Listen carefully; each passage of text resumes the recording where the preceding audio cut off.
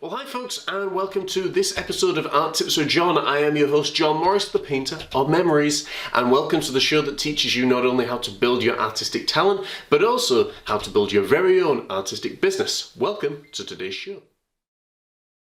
Okay folks, welcome to another exciting episode of Art Tips with John. Today we're going to teach you how to paint snow-capped mountains and how to paint mist. Enjoy the show. All sorts of different things here and there and there and here. And these are the mountains that get lost up in the clouds. Okay. I haven't really decided yet, so. Okay, to do this, nice simple technique. I'm going to try and teach you as much as I can. I'm using just a standard flat brush, and I'll bring it up for you so you can just see what it looks like. There you go. So it's just standard flat brush. You can get these online, you can get these at any art shop. And this is a size 16. And what I'm going to do, I want you to think about mountain shapes. Okay, so my mountain, I've got an outline for a mountain as you saw in the earlier course or in the earlier class. So I'm just going to start and work my way down. Okay.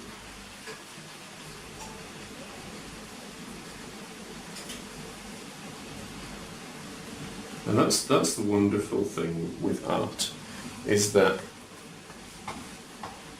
you don't need to worry too much about always being right in terms of, oh well, you know, would there be a mountain there, would there be this, would there be that? Well, maybe there would.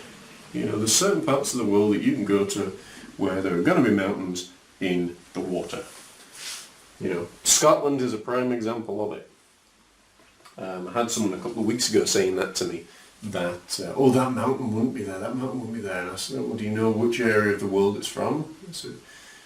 And it turned out that I was painting the Isle of Arran, which if you have ever seen the Isle of Arran, I've seen it how many thousands of times since living in Scotland. Granted, it would be down here, but for me in this painting, I'm putting a bigger mountain up, and that's okay to do that, because my waterline may go further away. I haven't decided yet, but for now, that's where we're at. Okay, so as you can see, I've got a basic outline now for this mountain, and what I'm going to do, I'm going to come into a 1/2 inch brush, which is this brush. I'm going to load it up lightly with paint, very lightly, okay, you don't want too much. It'll just save you some time in doing this technique, because the mountains come down too far and to cover up all my nice colours and things.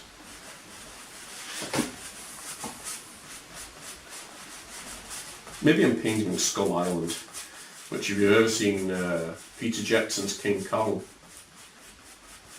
has some beautiful mountains in it, and that's in the sea as well. So. Okay, and as always, if you're working on these kind of canvases, remember to work around the side as well. Remember, you'll be sick of hearing me say this, but it's to create the illusion of depth and distance, and that is the main thing.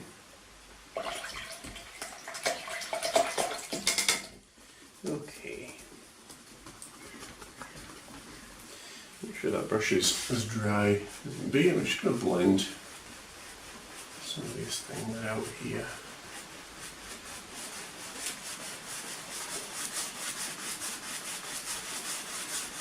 And okay. I'm just going to create some cloud at the base of the mountain. Now this may be a technique that you need to do a couple of times, maybe once or twice once the mountain has dried. Just as I can show you, I'm just going to do the same thing. My mountain just disappears off into the distance, or wherever I want it to.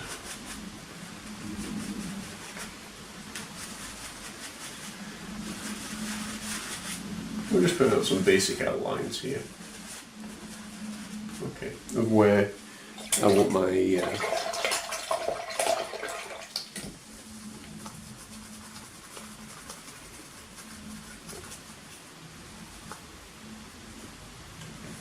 of where I want the mist to be. Now with that, I can come in with a clean, dry 2-inch brush, and again, just fluff. I've got a couple of these on hand, and I often find that they work really well for doing techniques like this. And I'm just fluffing things up. Okay.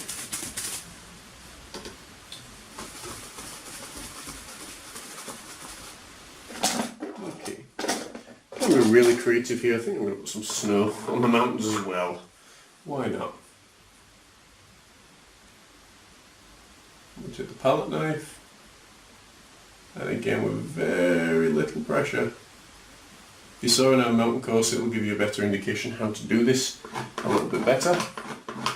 You don't have to put mountains in your painting, by the way, if you do not want. I probably should have said that earlier on. Got some snow here. Again, Arran is very much like that. Arran isn't obviously as big as this mountain. And all I'm doing is going to some white paint, rolling it out nice and flat on the palette. And all I'm doing is cutting a little ridge. It's a tiny, tiny little ridge. And then I'm coming up to the sides. I'm working my way down. And you want to think about your angles here. That's really important, thinking about your angles, because that's what creates the shape of the mountain. Okay. And then we're going to do the same on the opposite side. We're going to roll out some white. I'm going to take some red and some yellow, little bit of black, just to darken it, because this is going to be a shadow colour. Even take a little bit of brown if you want as well. Okay, and we'll see how this looks. I'm just going to do the same technique. Come up to the side and pull it on, down and around.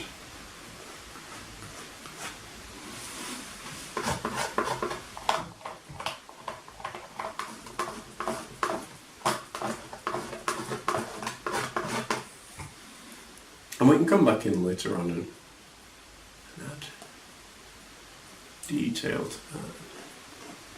Just looking for basic shapes just now. Okay. The base of our mountain now should be dry enough to put the mist on. So with a clean, dry 1/2-inch brush, you can tap into some white, into some yellow ochre, and again, just with the corner of the brush, just work your way on around. It just puts things into the distance a little bit more, which is really what we're looking for. You don't want it to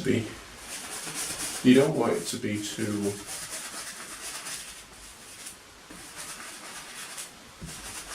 close up and to add distraction or anything. It wants to just be fine. Just tap in some white and some yellow again. And again, it's fine if some of that dark colour comes through, because it gives that illusion of things going on, and that's okay. That's what we're after. Okay guys, and what we're going to do, again, I'm just going to add some more mountain shapes up here. You don't, as I say, you don't have to put them in, please do not feel free, you have to put mountains in your paintings. Especially if you've maybe never painted mountains before. I'm just showing you the technique. Yeah, sometimes, obviously if you've never painted mountains before and you haven't taken the beginner's course, it may be a little bit trickier for you. If you've taken the beginner's course, then you'll know obviously a lot on what we're doing here and why we're doing it, of course. And all I'm doing is just make some little mountain shapes here and there and here.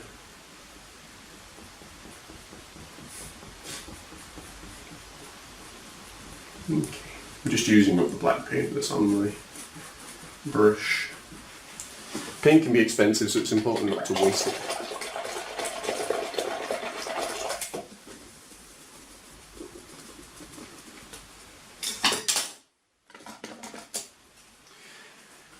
Okay, and we'll repeat the same technique, coming in with the small brush, the 1/2 inch, go into some white, go into some black, go into some black paint, or into some white paint. And you can just bring that down a little bit further.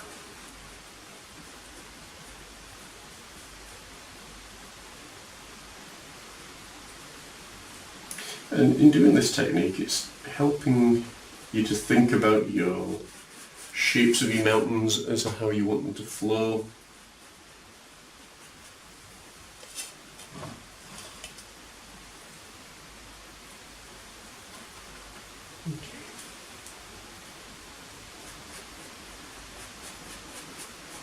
And just work on.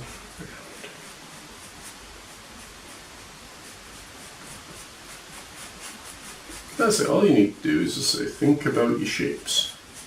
So if you start from this side, a mountain's not just going to go flat, it's going to have grooves and ridges and rocks and peaks, and that's really what I want you to think about in this technique.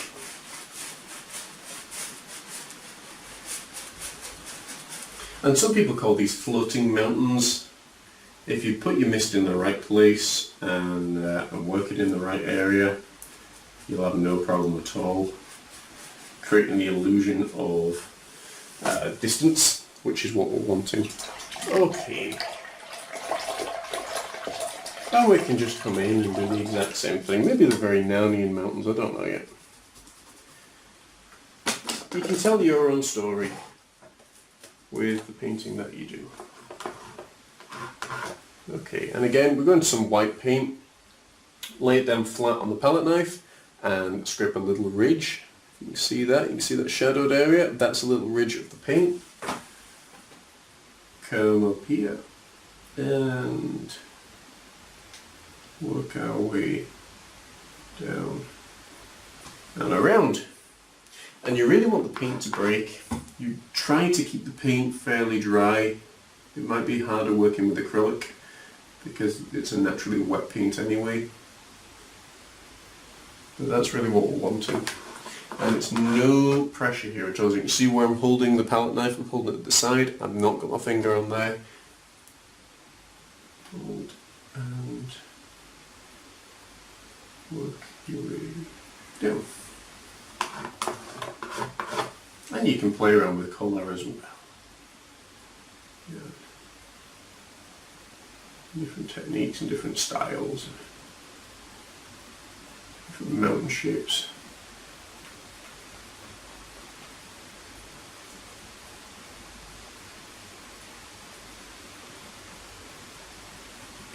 There we go. Okay, and again we make the shadow colour. This time I'm going to add in some blue, I'm going to add in some purple,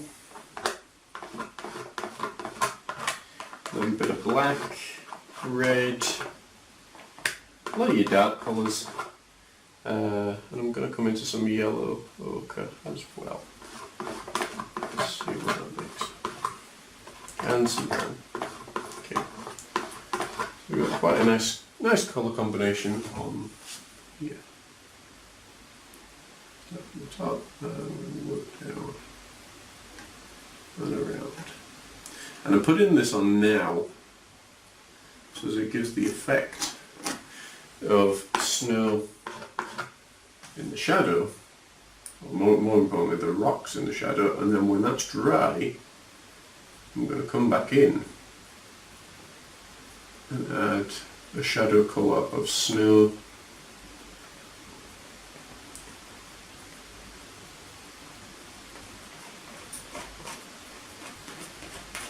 just to give some different effects and perspective. There we go. And again, we're going to start looking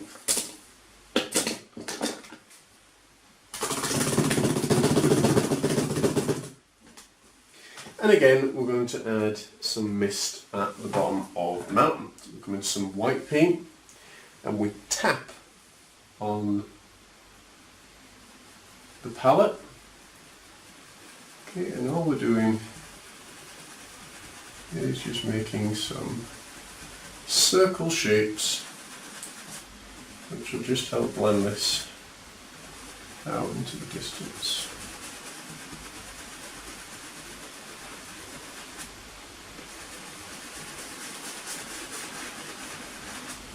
Okay. When you find that you're running out of white on the brush, make sure just leave it plenty of paint on the brush.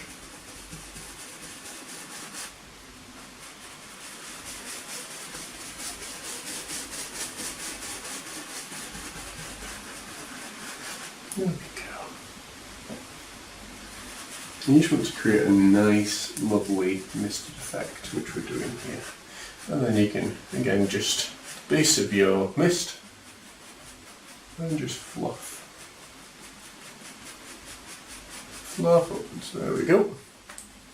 And I'm just going to add some more mist over here in this one.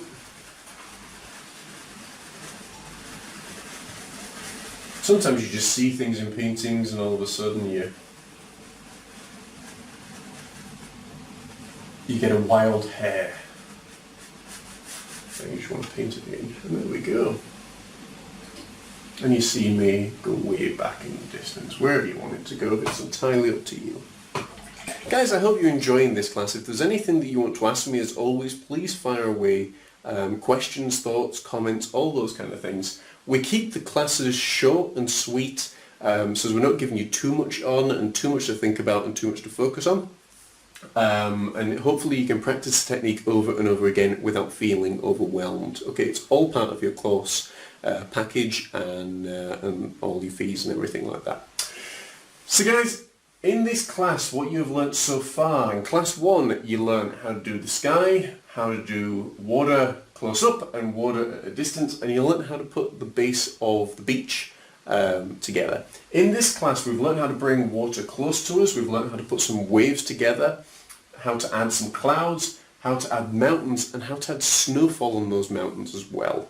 And I know this is a really quick, almost topic, so what I would encourage you to do is if you find that you're struggling a little bit, or maybe things are progressing a little bit quicker, you feel free to, just rewind, as it were, or go back and watch again. And if you have any problems, or if there's anything I can do, please feel free to drop me a message, and I'm here to help. Until next time, take care, God bless, and I'll see you in class.